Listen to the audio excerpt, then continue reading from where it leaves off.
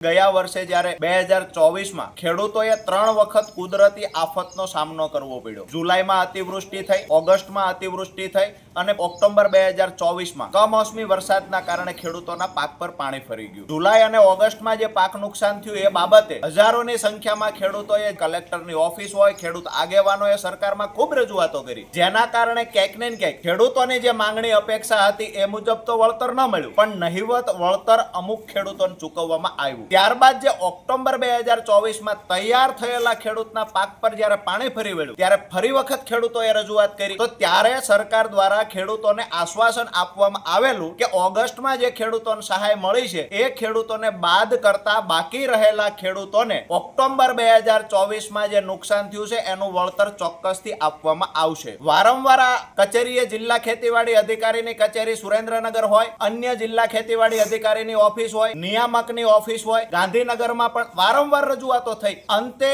આ મહિનાની શરૂઆતમાં સરકાર દ્વારા જાહેરાત કરવામાં આવી કે 2024 ઓક્ટોબરમાં જે નુકસાન હતું એ ખેડૂતોને વળતર ચૂકવશું, પણ 14 જુલાઈથી 28 જુલાઈ સુધી પોર્ટલ ખોલવામાં આવશે। જે ખેડૂતોને પાક નુકસાન થયું છે એ ખેડૂતોએ પોર્ટલમાં અરજી કરવાની છે। દુર્ભાગ્યની વાત એ છે કે વિશ્વગુરુ બનવાની વાતો કરનારા આ ભારત દેશની અંદર, આ ગુજરાતની અંદર જ્યારે પોર્ટલ પર ખેડૂત અરજી કરવા જાય છે તો 1 પણ કલાક પોર્ટલ ખુલતું નથી। ખેડૂતો ધક્કા ખાઈ બાપડો સાંજે ઘરે પાછો જાય, નિરાશ થઈ પાછો જાય। એટલે જે 14/7 થી 28/7 સુધી સમય આપવામાં આવ્યો તો અરજી કરવાનો, આ સમયગાળા દરમિયાન પોર્ટલ ન ખુલવાથી ખેડૂત અરજી કરી શક્યો નથી। ફરી વખત સમય વધારો કરવા માટે પણ સરકાર દ્વારા કોઈ જાહેરાત કરવામાં આવી નથી। ત્યારે આજે અમે 10 દિવસના અલ્ટિમેટમ સાથે જિલ્લા ખેતીવાડી અધિકારી સુરેન્દ્રનગરની ઓફિસ રજૂઆત કરવા આવ્યા છીએ કે 10 દિવસની અંદર કાં તો ખેડૂતોની ઓફલાઈન અરજી સ્વીકારવાની જાહેરાત કરવામાં આવે, યા તો જે બાકી રહેલા ખેડૂત છે જેને ઓગસ્ટમાં વળતર નથી મળ્યું આ તમામ ખેડૂતનો સમાવેશ થાય, યા તો તમારા પોર્ટલની સમય મર્યાદા વધારી 10 દિવસમાં સરકાર તરફથી પોઝિટિવ નિર્ણય લઈ ખેડૂતોને વળતર ચૂકવવાની જાહેરાત કરવામાં આવે। જો 10 દિવસમાં જાહેરાત નહીં થાય તો ન